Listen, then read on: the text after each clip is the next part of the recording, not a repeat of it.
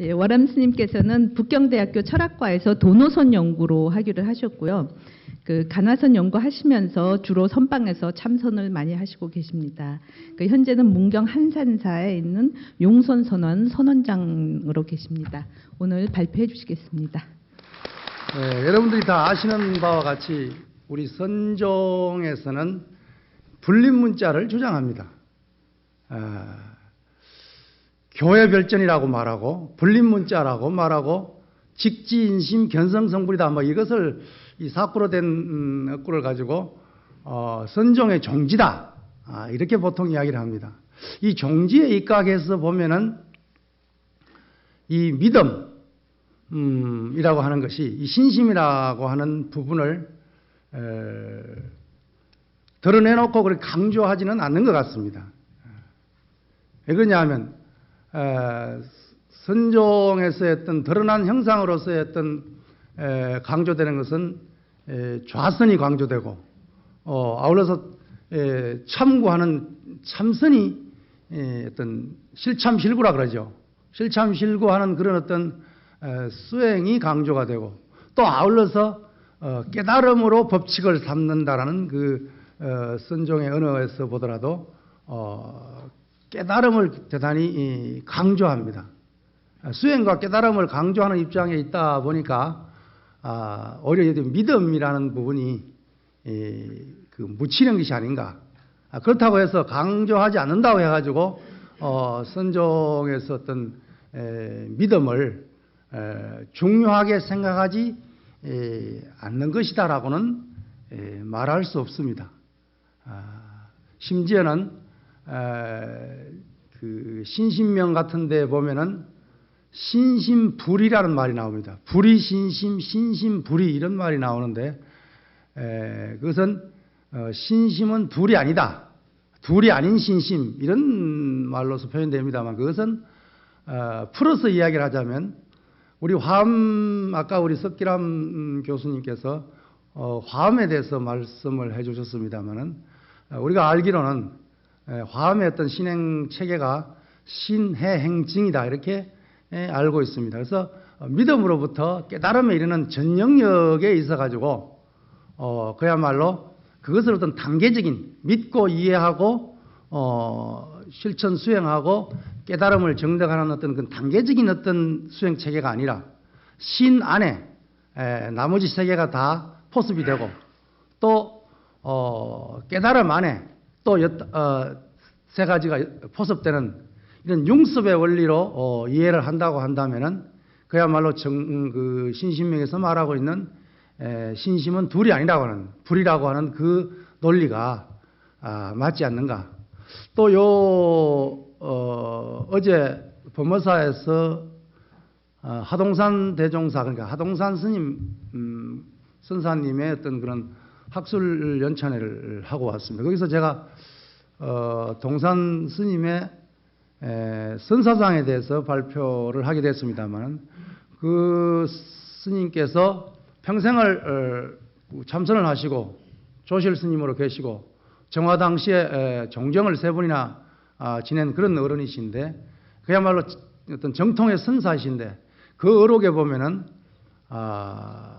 그 깨달음을 갖다가 증득이란 말을 쓰지 않고 신득급이다 이런 말을 씁니다. 믿을 신자에 얻을 득자에 미칠 급자를 써가지고 신득급이다. 또 깨닫지 못한 상태를 갖다가 불신급이다. 이렇게 신불급이다. 이렇게 주장을 하고 있습니다. 물론 이건 동산 스님만이 주장하는 것이 아니라 역대 많은 조사들이 신불급 혹은 신득급이라는 말을 사용하고 있는 걸 봤을 때 이때의 믿음은 그야말로 어떤 아까 저 이야기한 그 어떤 감성적인 믿음이나 이성적인 믿음을 초월해서 그야말로 깨달음의 영역에 이르는 깨달음과 동일시되는 그런 어떤 믿음으로 주장되고 있는 것이 또한 선종에서의 어떤 그 믿음이 아닌가 이렇게도 생각을 해봅니다. 그러면은 시간이 뭐 정해져 있기 때문에 이 책에 의거해 가지고 저는 보통 이 학술연천에 가면은 그냥 교재를 무시하고 그냥 법문하듯이 그렇게 하는 경우가 많았습니다. 어제도 그렇게 사실 했는데 우리 박찬욱 연구소장님도 법문식으로 해주면 좋겠다 그랬는데 이게 장단점이 있는 것 같아요. 너무 또 법문식으로 하니까 지가 법문하러 나온 것도 아니고 분명히 학술연찬인데 그래서 오늘은 좀 제대로 격식을 갖춰가지고 책을 좀 보면서 좀 설명하는 그러한 형식을 취하도록 하겠습니다. 126쪽을 펴주시면 감사하겠습니다.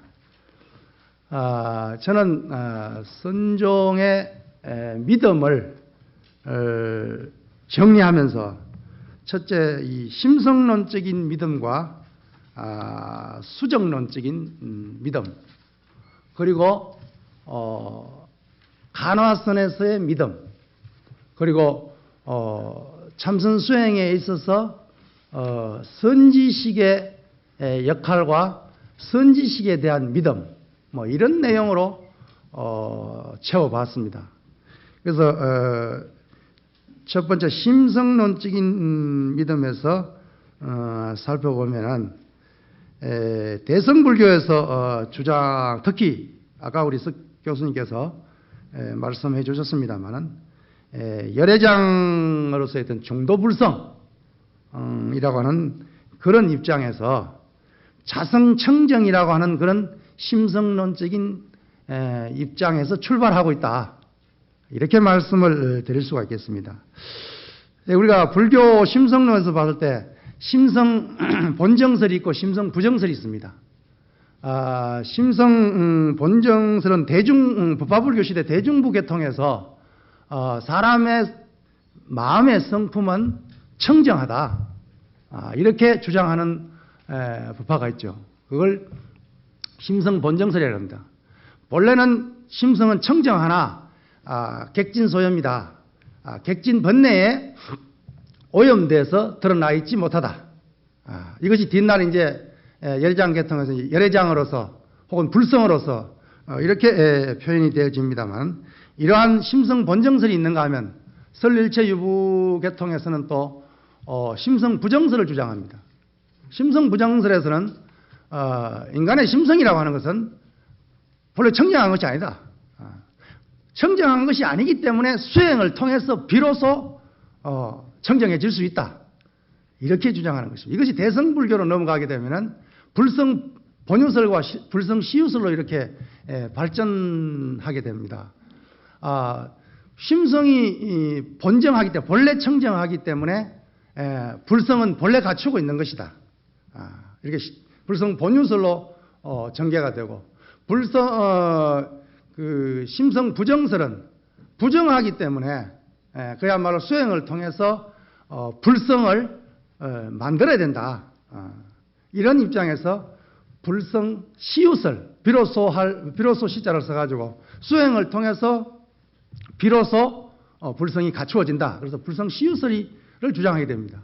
이것이 선종에 넘어오면서 어떻게 어떤 그 수정론으로 바뀔 때 어떻게 바뀌냐 하면은 불성 본유설은 불성이 본래 갖춰져 있기 때문에 선사들이 비유를 잘 드는 것처럼 오늘처럼 비가 오는 날에도 해가 없는 것은 아니다. 저 구름 너머 해는 그대로 있다. 그렇기 때문에 구름만 그치면은 바로 불성이 드러난다는 그런 어떤 입장에서 도노설을 주장하게 됩니다. 그리고 불성 시유설은 수정론에서는 점수설로 이렇게 발전이 되죠. 왜 그러냐 하면은 어차피 심성이 청정하지 않고 부정한 것이고 또 본유가 아니고 시유기 때문에 어차피 그건 만들어야 되는 것이다. 그래서 불성 그 시유설은 그야말로 점차적인 단계를 거쳐서 수행을 통해서 만들어질 수 있다. 이렇게 전개를 하고 있습니다. 그런데 점수설을 강조하는 입장은 선종에서 달마로부터 신수 해능에 이르러서 신수계통인 북종에서 점수를 강조합니다. 점수를 강조한다고 해가지고 도노를 배격하는 것은 아닙니다. 도노를 바탕에 깔고 있으면서 점차적인 수행을 강조하는 것이죠. 물론 이것은 중생의 입장에서 우리 모든 부처님의 입장에 봤을 때는 모든 중생이 다 구유불성이다. 다 불성을 가지고 있다. 다 청정하다. 그러나 중생은 그 상태를 잃어버렸기 때문에 기신론에서 말하고 있는 본각과 불각과 시각으로 이해하면 쉽겠죠. 중생이 다 불성을 갖추고 있다고 하는 것은, 도노할 수 있다고 하는 것은 그야말로 모든 중생이 본래 깨달음의 상태다. 부처의 눈으로 봤을 때는 모두가 다 부처라는 것이죠. 본각을 가지고 있다는 것입니다. 그런데 지금 우리 중생의 상태는 이 본각을 잃어버린 상태입니다. 망각한 상태이기 때문에 불각이라 그러죠. 아니불자를 써서 부처불자가 아니라 아니불자입니다. 불각의 상태다. 깨달음을 잃어버린 상태다. 이 불각인 중생이라 하더라도 본각은 여전히 갖추고 있다. 이런 뜻입니다. 그렇기 때문에 우리는 여기서 본각의 입장을 더 강조하게 되면은 도노로서 더 가깝게 나타나실 수 있고, 불각의 입장을 강조하게 되면은 점수적인 입장을 강하게 내포하게 됩니다. 그렇기 때문에 우리가 흔히 성철 스님에 의해서 제기된 돈점 수정론 또한 그것은 어떻게 보면은 근기 따라 중생의 다양한 근기에 의해 맞추어서 쓰여지는 수정론이기 때문에 어느 것이 옳다 맞다 흔히들 선방에 앉아 있고 또 이제 선학을 전공한 입장이기 때문에 오람 스님은 도노입니까 점수입니까 도노 돈수입니까 도노 점수입니까 어느 게 맞습니까 이렇게 따지는 식으로 어리석은 질문을 해오는 사람들이 사실 있습니다. 그런데 도노 돈수가 되었든 도노 점수가 되었든 그것은 중생의 근기에 따라서 어떤 쓰여진 방편이기 때문에 네 김치찌개 좋아하나 네 된장찌개 좋아하나 네 어느 편이고 라고 편가르기 하는 것과 다를 바가 없다. 이렇게 사실 말할 수 있는 것입니다. 그래서 이런 입장에서 봤을 때 그야말로 북종 신수계통에서는 도노를 바탕에 두고 있지만 본각의 입장에서 본유의 입장에서 자성청정의 입장에서 그야말로 도노를 바탕에 깔고 있습니다. 선정은 기본적으로 도노를 바탕에 깔고 있죠. 그러면서 점수를 강조하고 있는 입장이고 해능 남종계통에서는 그야말로 본각의 입장에서 도노를 굉장히 강조합니다. 요 근래 성철 큰 스님께서는 도노 돈수를 강조하는 그런 입장으로 발전하게 됐습니다만 어쨌든 이런 선종에서의 어떤 이 어떤 심성론적인 믿음의 바탕이 되고 있는 불성 본유 이것이 대성불교에서 자성청정으로 발전이 되고 이 자성청정이라고 하는 이러한 입장이 조사선의 입장에 들어와서는 그야말로 마음이 부처란 말로 바뀝니다. 적심시불이란 말로 마음이 부처란 말로 바뀌고 그것이 좀 더 발전되면 임재스님대 이렇게 되면은 사람이 부처라는 말로 어떤 인간불교로서 이렇게 회기가 아니라 인간불교로서의 어떤 혹은 생활불교로 이렇게 더욱더 이제 우리 삶의 언저리로 가깝게 내려오는 그런 입장으로 발전이 됩니다만 어쨌든 선종의 심성론적인 믿음은 자성청정으로부터 시작해서 마음이 부처라고 하는 이러한 입장의 믿음이다. 우리가 그 선녀에 보면 고봉선사께서 참선을 하는 데는 세 가지 요건을 갖춰야 된다. 그 첫 번째가 신심이고 두 번째가 분심이고 세 번째가 의심이다. 뭐 이렇게 이제 여러분들 잘 아시겠습니다만 이런 3요를 설하고 있습니다. 거기에서 그 믿음을 이야기할 때, 신심을 이야기할 때 수미상과 같은 그런 무너지지 않는 그러한 믿음을 강조할 때 그 믿음조차도 결국은 본래 성불이라 그러죠. 중생은 본래 성불되어 있다. 이 대성경전에서 강조한 주장입니다. 중생이 본래 성불되어 있고 그리고 마음이 부처요 사람이 부처라는 그 믿음의 바탕 위에서 참선이 시작되고 있다는 것입니다. 그렇기 때문에 선종에서의 심성론적인 믿음은 자성청정을 믿고 이것을 갖다가 자성청정을 가장 극명하게 표현하신 분이 해능 스님의 단경입니다. 그 단경에 보면 여러분들이 참조하시려면 131쪽을 참조하시면 되겠습니다. 보리는 본래 나무가 없고 명경 또한 틀이 아니다. 불성은 항상 청정하니 어디에 티끌이 있겠는가.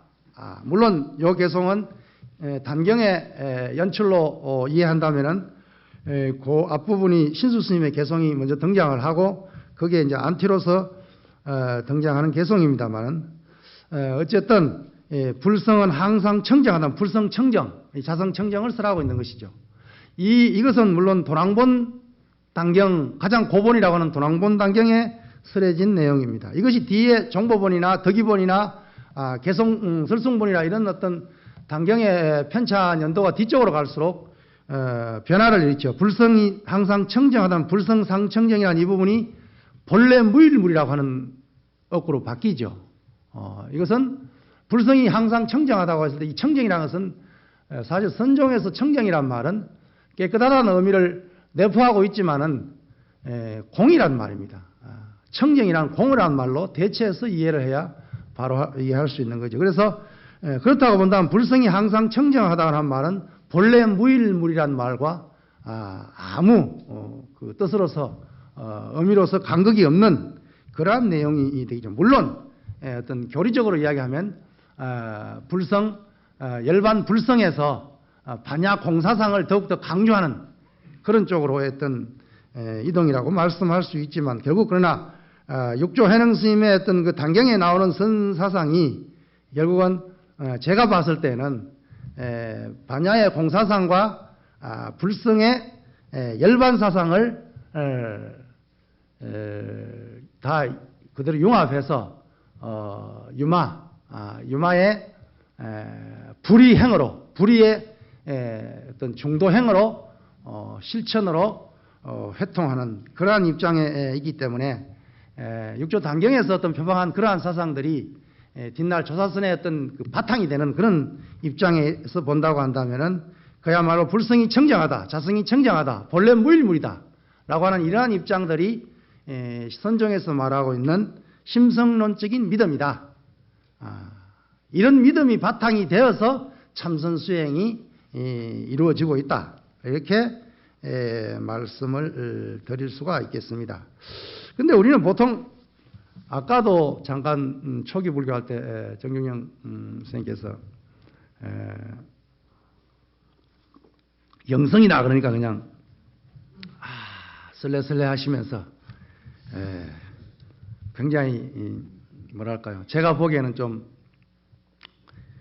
배가 고프셨는지 시간을 빨리 내려가시려고 그런지 모르지만 어쨌든 초기 불교하는 분들은 굉장히 그러한 면을 예민하게 받아들이는 경우가 많습니다. 그런데 이 점은 분명히 알아야 됩니다. 우리가 불성이다, 열애장이다, 혹은 선종에서 말하는 본래 면목이다, 뭐 주인공이다, 뭐 참나, 진하라 그러죠. 참나다. 이런 말하면 알리레기 반응을 일으킬 필요가 전혀 없습니다.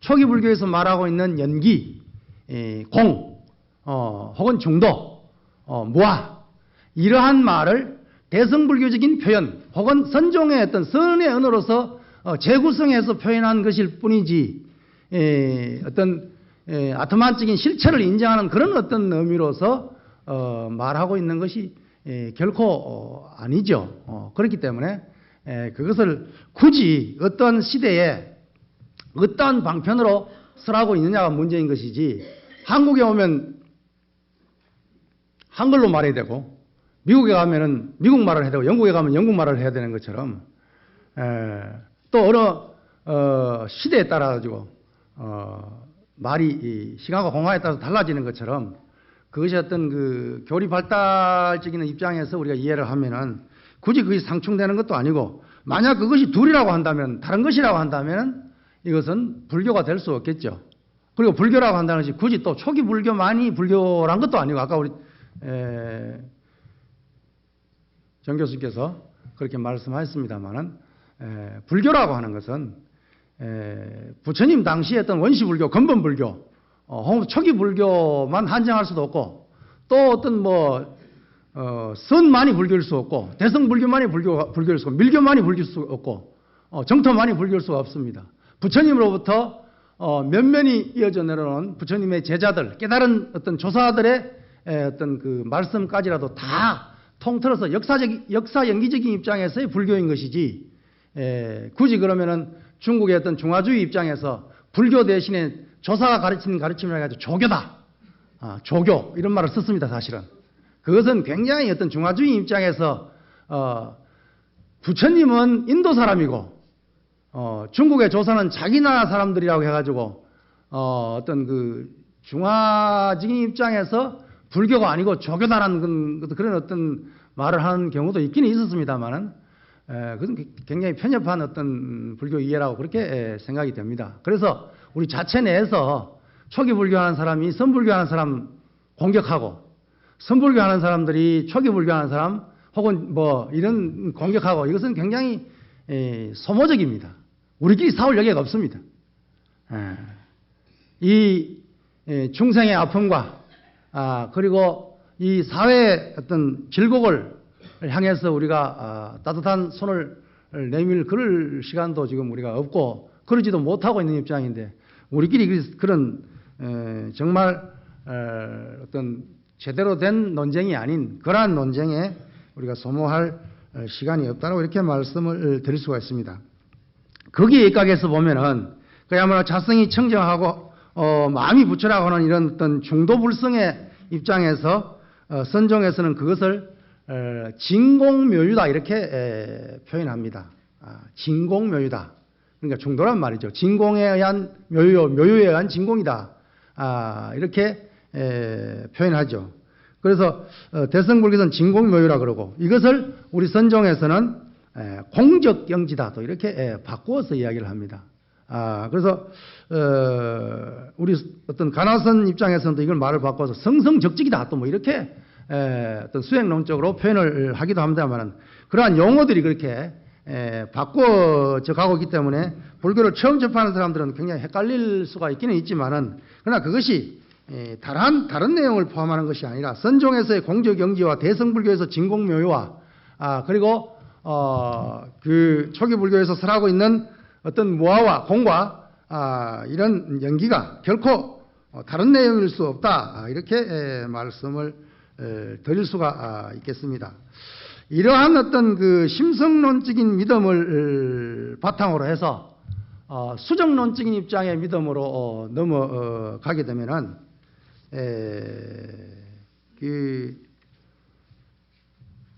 아까 처음에 이야기한 것처럼 직지인심 견성성불이라고 하는 그런 선종의 종지의 입장에서 직지인심이라고 하는 말은 우리가 대소성 경전에 보면은 우리가 발심을 해서 부처가 되는 그 어떤 기간을 갖다가 삼아성지급이라고 하는 그러한 어떤 그 시간을 설정하고 있습니다. 삼아성지급이라고 하는 그 시간은 우리가 어떤 사유할 수 없는 오랜 세월이기 때문에 그야말로 오랜 세월을 거치고 난 뒤에 부처가 된다는 이런 말이 되겠죠.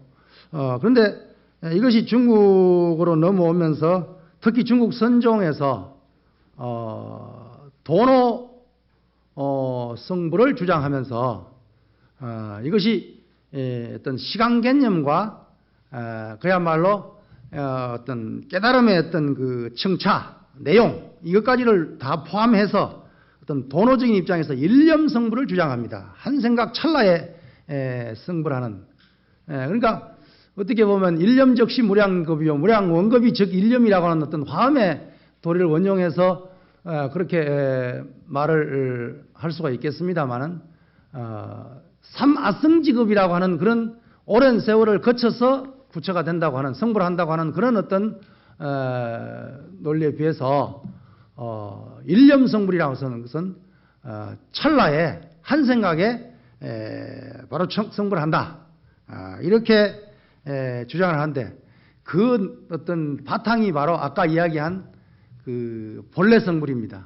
중생 본래 성불이라고 하는 이것은 이제 원각경에서 주로 설하고 있는 내용입니다만은 이 본래 성불이라는 입장에서 이제 그렇게 설하고 있는데 그런 입장에서 어떤 수정론적인 믿음을 이야기하게 되면은 사람의 사마성직업을 거쳐서 부처가 되는 것이 아니라 직지 바로 가리킨다. 뭘? 사람의 마음을 바로 가리킨다 이 말이에요. 사람의 마음이 바로 부처라고 하는 이렇게 해서 그 마음의 성품을 깨닫게 되면은 마음의 본성을 깨닫게 되면은 바로 부처가 될 수 있다.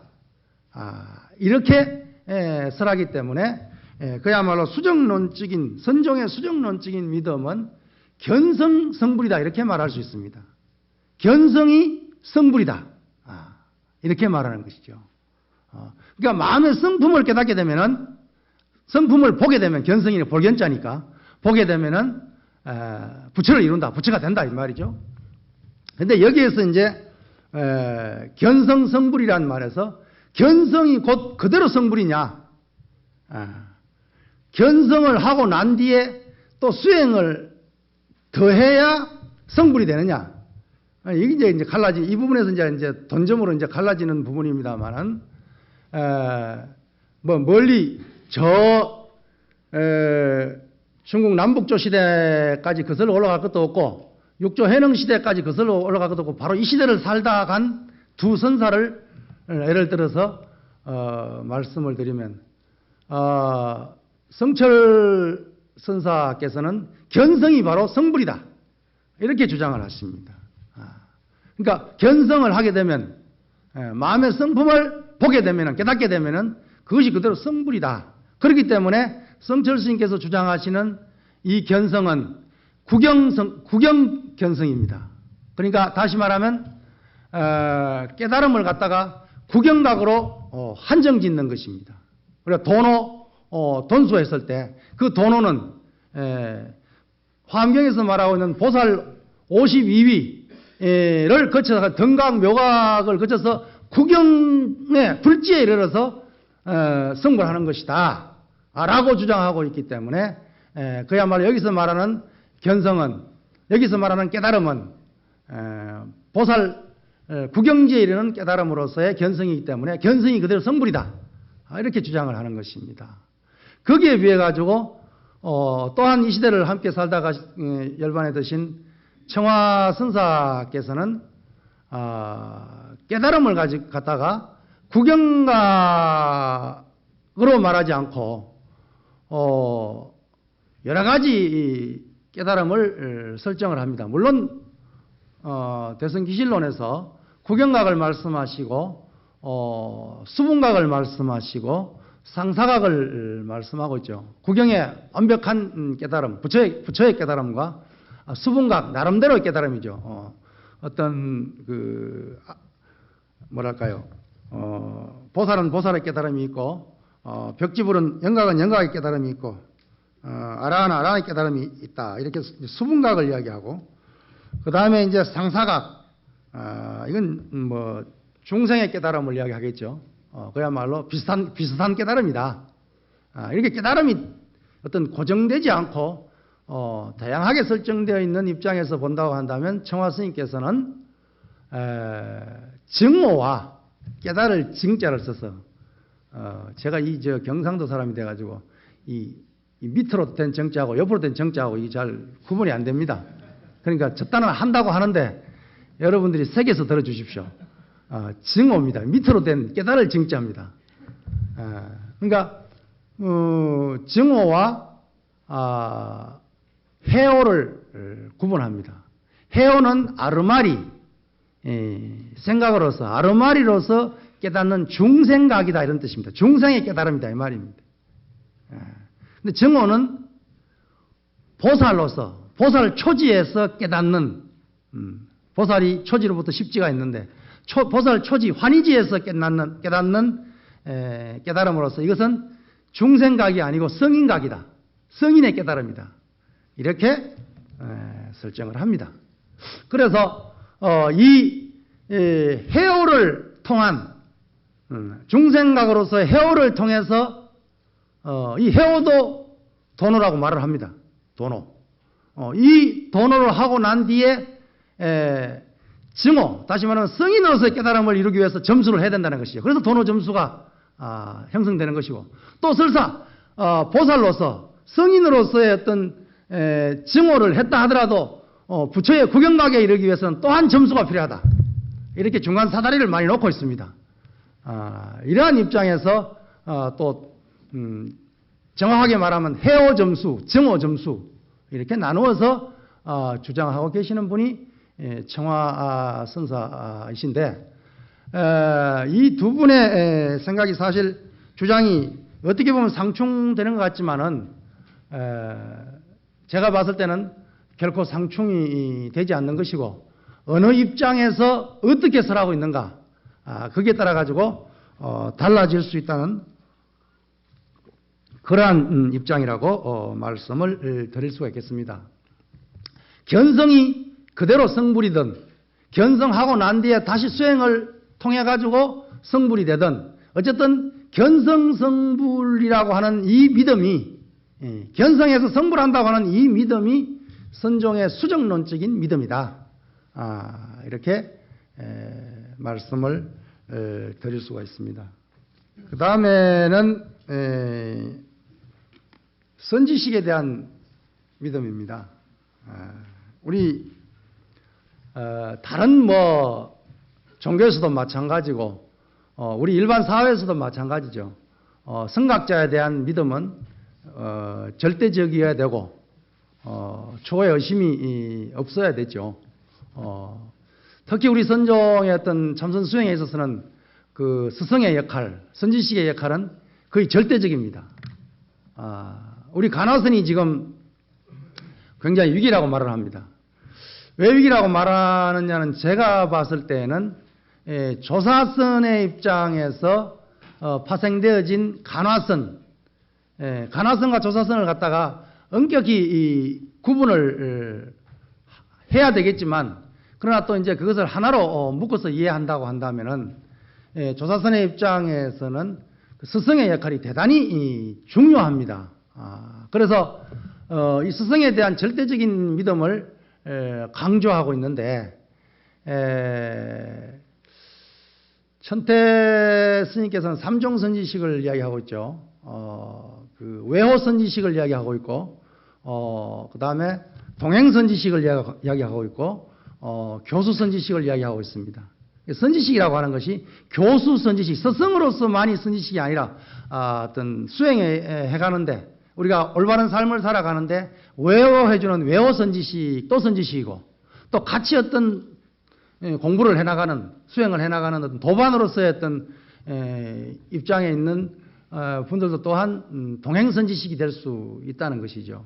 그래서 우리는 선문에서 도반을 잘 만나는 것이 공부의 절반을 하는 것이다, 이런 말도 회자되고 있습니다만, 어쨌든 이러한 삼종선지식의 입장에서 볼 수 있고, 또 회능 스님께서는 또 이 선지식을 갖다가 안의 선지식, 밖의 선지식, 이렇게 내외 선지식을 또 이야기하고 있습니다.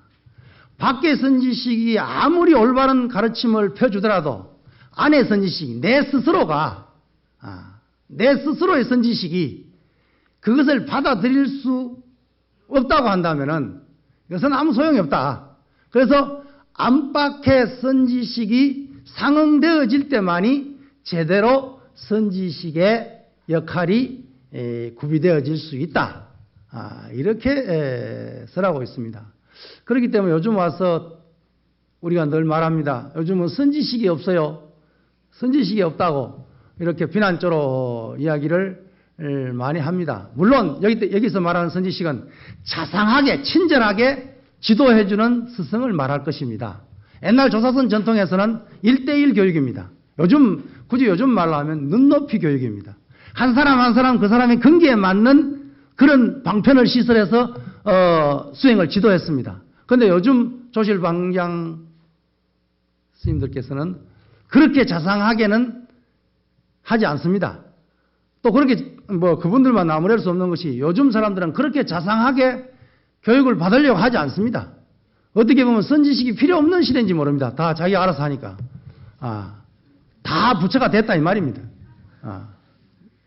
그렇기 때문에 선지식이 없다고 타령할 것이 아니라 내가 선지식이 원하지 않는다는 필요로 하지 않은 그 상태가 더 지금 우리가 뉘우쳐야 될 것이 아닌가 이런 입장에서 보면은 현재로서 선지식의 어떤 부재하다는 그런 것도 우리가 겸허히 받아들여야 되고 또 아울러서 우리들의 자세도 성찰해 봐야 되지 않겠나 이런 어떤 두 가지 문제를 동시에 그 속에 제기되어지고 있다는 것을 우리는 알 수 있습니다. 어쨌든 이러한 선지식에 의해 가지고 깨달음의 길로 나아갈 수 있다. 대성경전의 어떤 그런 표현을 빌리면 아무리 무거운 돌이라도 무거운 돌이 강을 그대로 건너갈 수는 없지만은 배 위에 돌을 얹어가지고 무난히 건너갈 수 있는 것처럼 나의 업식으로, 나의 소견으로, 나의 지견으로는 깨달음에 이르기가 지난하지만 그러나 선지식의 올바른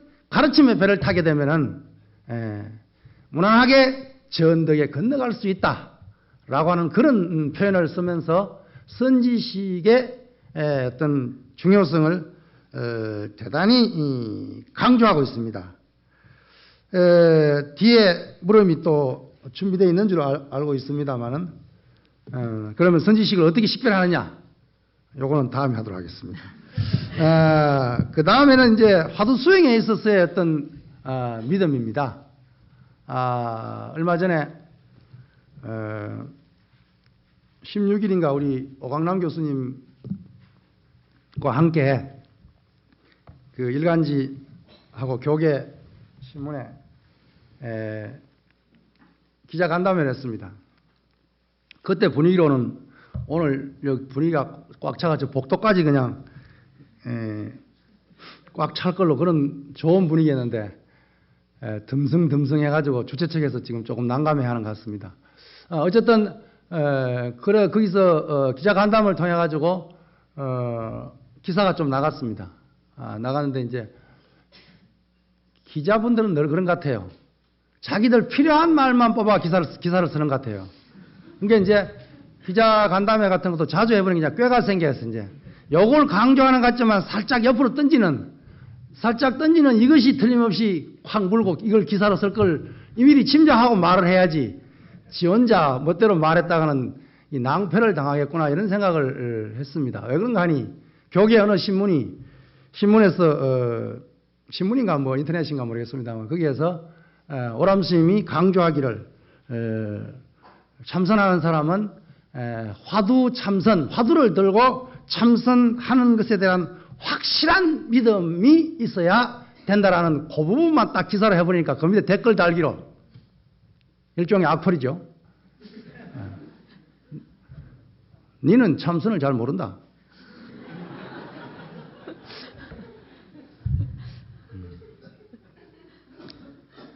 그렇죠. 잘 모르죠. 일단 그게 그런 것 같아요.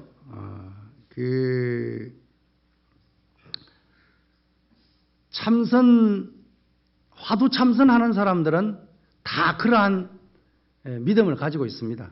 그 믿음이 너무 공고하고 너무 독단적인 믿음으로 흘러가버리기 때문에 문제가 될 수는 있겠습니다만은 옛날부터 화두 참선을 경절문이라고 표현했습니다. 경절이란 말은 쉽게 말하면은 바로 질러 가는 문이다 이런 뜻이죠. 둘러서 가는 것이 아니고 바로 질러 간다 이런 뜻입니다. 바로 질러 가니까 최상승이고 바로 질러 가니까 뭐 요즘 말하면 최고다 뭐 이런 뜻이 되겠죠. 그런 입장에 있기 때문에 항상 우리 참선하는 사람들이 늘 우리는 경절문이다 이렇게 우월성을 강조합니다. 그런데 요즘은 이 다양화 시대이기 때문에 내 것만 최고라고 주장해가는 또 되지도 않고 다른 걸 같이 수용하면서 같이 소통하면서 내 물건이 좋다고 그래야 되는 것이 내 것만이 좋다 그러면 장사 안 됩니다. 그래서 이 간화 참선, 간화선 수행을 하는 사람들 입장에서 봤을 때는 물론 마찬가지입니다. 지난번에도 어떤 그런 말을 했습니다만 한식 장사하는 분들은 한식이 최고라고 말해야 되겠죠, 그렇죠? 중식 짜장면 하시는 분들은 짜장면이 최고라고 이야기를 해야 됩니다. 그게 그렇지 않습니까? 우리는 그걸 다 압니다. 그러나 내가 한식집에 가고 싶으면 한식집에 가는 것이고 중식집에 중식에 가는 것이고 그렇겠죠. 그런데 최소한 화두 참선하는 분들의 입장에서는 그렇게 말을 해야 됩니다. 가난은 경절문이고 또 저 입장에서 화두 참선을 하고 있는 입장에서 보더라도 이렇게 해서 경절이라고 했겠구나라는 그런 좀 느낌이 있기는 있습니다. 사실 있는데 이 화두 참선하는 분들이 간화선 수행이 경절문이고 이 간화선 수행을 통해서 깨달음에 이를 수 있고 그리고 성불을 할 수 있다라는 그런 강한 믿음이 전제돼야 되고 또 다 가지고 있어야 됩니다. 그래서 간화선 수행자의 어떤 믿음은 그야말로 간화선 수행을 통해서 깨달음에 나아갈 수 있다는 그런 믿음이 되겠죠. 그와 아울러서 아까 서두에서 말씀드린 세 가지의 조건, 믿음과 신심과 분심, 용맹심이죠. 용맹심과 의심, 화두에 대한 의심. 이 화두에 대한 의심은 우리가 일반적인 의심과 그럼 어떻게 다른가? 일반적인 의심은 그건 의혹입니다. 분별망념으로서의 어떤 번뇌망념으로서의 의심입니다. 다른 사람을 의심한다든가 사랑을 의심한다든가 뭐 이런 것은 대단히 우리가 부정적인 의미로서는 말이죠. 화두에서 말하는 의심은 이런 부정과 긍정을 초월해 있는, 다시 말하면은 분별로서의 의심이 아니라 무분별로서의 의심인 것입니다. 숭산 스님께서 미국에 가셔가지고 참선을 가르치실 때 오니 돈 노란 말을 했습니다. 오직 모를 뿐이란 말을 했죠.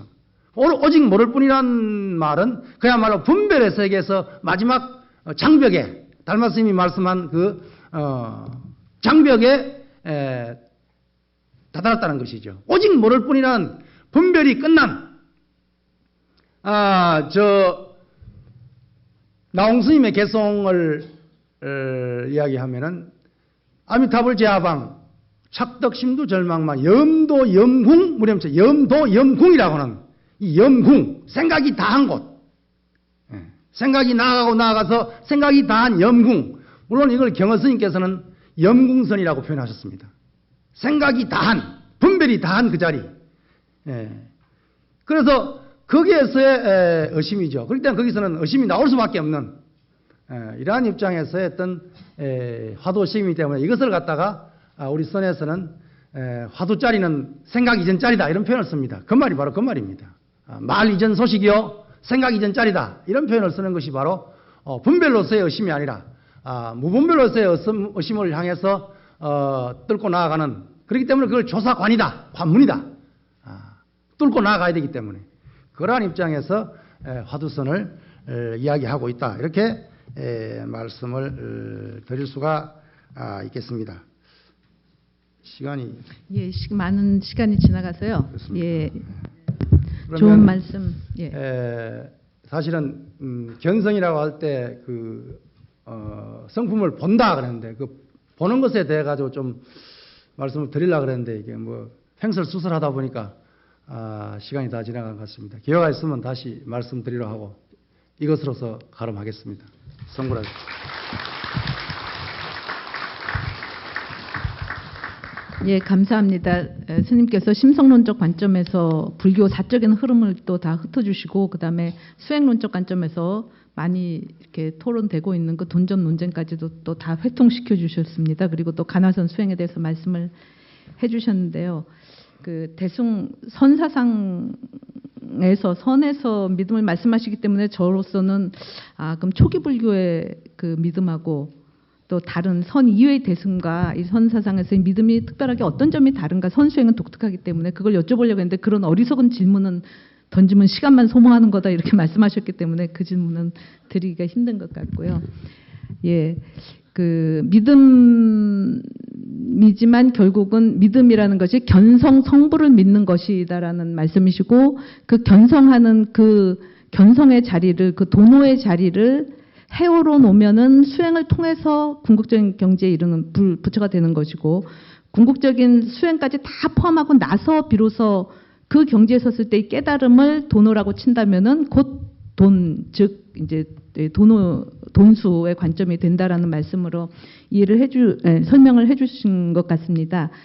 그냥 질문을 하나를 드려보자면요. 제 자리가 지금 질문을 해야 되는 자리이기 때문에 그러면은 그 해오에 이르기 위해서 해야 되는 수행과 그것도 뭐 그냥 해오에 이르지는 못할 것 같습니다. 어떤 이해가 분명히 돼야 되니까 그때의 수행은 아마 제가 생각하기에는 뭐 경전을 읽는다든지 부처님 말씀을 듣는다든지 뭐 이런 것일 테고 그 수행과 그다음에 해오 도노한 자리에서 그게 아마 이제 초발심 자리일 것 같은데 그 다음부터 다시 부경각에 이르기 위해서 해야 하는 수행은 또 구분될 수 있을 것 같은데 간화선은 어느 자리에서 일어나는 일인지 화두 들고 의심을 일으켜서 그 견성하려고 하는 그 성불을 하려고 하는 그 간화선 수행이 처음부터 끝까지 쭉 계속되는 것인지 좀 그 수행에 대해서 조금만 더 말씀을 해주셨으면 감사하겠습니다. 그래도 이 부분에 있어 가지고 많은 논란도 있기도 합니다만은 그럼 간화선 수행은 도노 이전 수행인가 도노 이후 수행인가 아마 이렇게 정리를 할 수 있겠습니다만은 고려시대 태고 스님이나 나홍 스님 요 근래에 했던 하남 스님이라든가 이런 스님들의 어떤 그 의록에 보면은 그 두 가지를 다 이야기하고 있습니다. 화두 수행이 번뇌 망념을 대체하는 방법으로서의 화두 일념을 이야기하고 그 화두 일념으로서 공적한 상태, 번뇌 망념이 소멸되는 공적한 상태를 얻게 되고 거기에서 더 화두 일념으로 더욱더 향상일로 해 나아가게 되면은 영지, 신령한 깨달음으로서의 어떤 그런 나아갈 수 있다. 그래서 공적 영지의 어떤 중도 어떤 깨달음으로 설명을 하고 있습니다만은 어떤 번뇌를 대체하는 도노 이전의 어떤 수행으로서도 화두 수행을 말씀하시고 그 도노 이후에 다시 말하면 해오 이후가 됐건 정오 이후에 됐든 구경각에 이르는 어떤 그런 과정에서도 또한 어떤 화두 수행으로서의 어떤 함께 수정론을 이야기하고 있는 그런 입장이라고 말씀을 드릴 수가 있겠습니다. 그 화두를 들고 의심을 일으키는 그 과정은 똑같습니까? 해오 이전이나 해오 이후나? 뭐가 달라져야 됩니까? 물론 이럴 때 이제 가장 우리들이 잘 쓰는 말이 네가 해봐라. 이렇게 이제 우리 보통 선방에서는 그렇게 합니다. 근데 그것이 굉장히 무책임한 소리라는 걸 저도 알고 있습니다. 아마 그렇게 하는 이유는 이것은 어떤 실천 수행의 단계이기 때문에 어떤 아까도 뭐 해오 아르마리로서의 어떤 깨달음을 이야기하고 하긴 했습니다만 그 청화 스님이 말씀하신 해오도 그냥 지식으로서 알아가 고개 까딱까딱 하는 정도의 해오는 아니에요. 정견을 먼저 획득해야 됩니다. 중도 정관이라고 하는 정견을 먼저 획득하고 거기에 의해서 수행을 통해 가지고 정수리가 혹은 가슴이 한번 시원해져야 된다 이런 뜻입니다. 그걸 해오로 이야기하고 있습니다. 다른 말로 비유하면은 깜깜한 칠흑 같은 밤에 번개불이 한번 반짝 쳤단 말이에요. 그 순간에 한 발짝도 나아갈 수 없는 입장이었지만 번개를 치는 그 찰나 순간에 일체를 한번 봤단 말이에요. 어렴풋이나마. 그래서 보고 안 보고는 엄청난 차이가 있겠죠. 그래서 그걸 해오라고 이야기하는 걸로 봤을 때 해오도 그냥 공짜는 아닌 것 같습니다.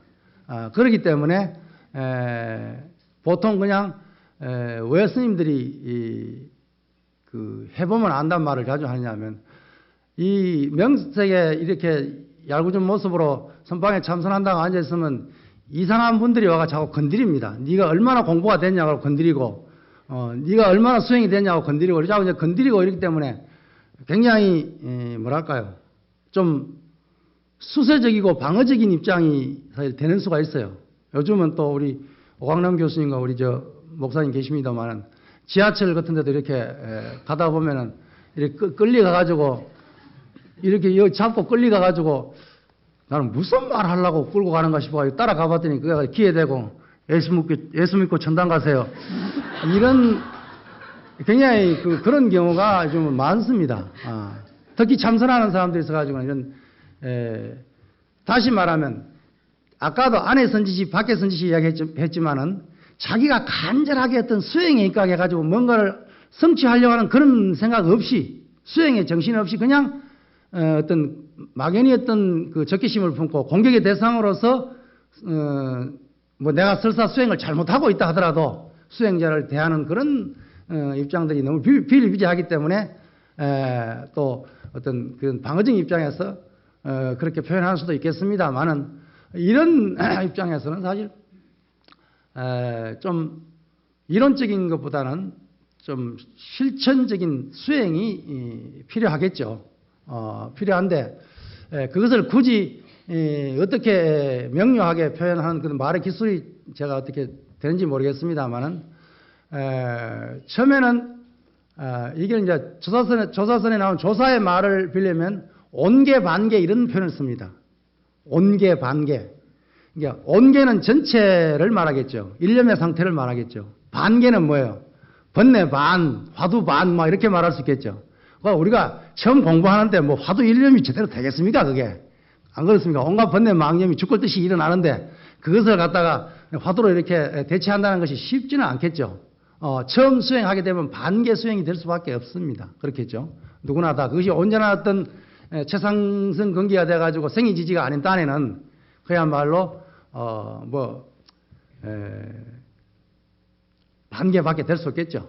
그렇지만 이게 어느 정도 수준의 회오를 했다든가 어떤 깨달음에 근접해 간다고 한다면 수행의 어떤 깊이가 더 간다고 한다면 이제 온계 수행으로 들어가겠죠. 이제 그때부터 사실은 고봉 스님의 선녀에 일주일 만에 깨닫는다는 말이 나옵니다. 실제로. 그래서 요즘 뭐 어느 마음 수행 단체에서는 그냥 일주일 만에 깨닫게 한다고 장사하고 있는 데도 있습니다만 이게 고봉 스님이 그렇게 말씀을 하신 것은 화두 일념이 되고 난 뒤에 다시 말하면 온계 수행이 되고 난 뒤에 완벽한 일념 수행이 되고 난 뒤에 일주일 만에 깨닫지 못하면 내가 발설지옥에 가겠다는 이런 표현을 쓰고 있습니다. 이건 확신을 주는 거죠, 사실은. 그런 표현을 쓰고 있습니다만 이미 수행의 단계에 나아가 버리면 이것은 뭐라고 말할 수 없는 어떤 환희심이 나면서 그걸 선열이라 그러고 법멸이라 해도 상관없겠습니다만 그런 어떤 기쁨의 상태가 충만해지면서 그야말로 저절로 수행이 된다 그러죠. 우리가 화두를 이해할 때 자연화두란 말을 씁니다. 자연화두란 말은 스스로 그러함이라고 하는 이 저절로란 말이겠죠. 내가 애쓰려고 화두를 붙잡고 하는 것이 아니라 저절로 되어지는 이때부터가 진짜 제대로 수행이라고 말은 하고 있습니다. 그렇지만 우리같이 못난 중생이 화두를 공부해가지고 애쓰려고 하는 그걸 공부 아니라고 말할 수가 있겠습니까? 번뇌를 대체하는 화두도 화두 수행이고 화두 일념이 되고 난 뒤에 순일하게 그야말로 아주 3시간, 4시간, 5, 6, 하루, 이틀, 3일이 그냥 순식간에 그냥 일념으로 이렇게 순일하게 공부되어지는 이 순수의 어떤 단계에서도 이 화두 수행이 되어지는 것이고 그렇다고 한다면은 이런 온계 반계라는 말로서 대표되어지는 어떤 그런 상태가 수행의 상태가 어떤 방금 우리 한 교수님 질문에 대답이 되어질 수 않겠나 이렇게 말씀을 드릴 수 있겠습니다. 그러니까 해오 이전까지는 반계고 해오 자체가 뭔가 확 하는 본성을 보는 거긴 해도 아직 반계고 그 이후가 이제 온계. 해오가 사실 해오가 되면은 그때도 뭔가 타파가 어둠이 한번 확 거친다라고 말씀을 하셨는데 그렇죠. 뭔가 견성을 한 건 아닙니까? 그렇죠. 해오가 되면은 이미 중생각이라고 말을 하고 있지만은 초기 불교에서 보면 그 법화불교에서 사성근이라는 것이 나오는데 사성근인근의 마지막 어떤 단계에서 회오를 한다고 청화스님께서 그렇게 표현하고 있습니다만 이것은 상당한 경지입니다. 어떻게 보면은 머리로서 끄떡거리는 어떤 그런 단계가 아니고 어떤 몸으로 체정하는 어떤 그런 단계이기 때문에 이미 말은 해오고 중생각이지만은 상당한 어떤 그 지위에 나아가 있다고 그렇게 말씀을 드릴 수가 있죠. 예, 감사합니다. 이것으로 월암스님 강연 마치도록 하겠습니다.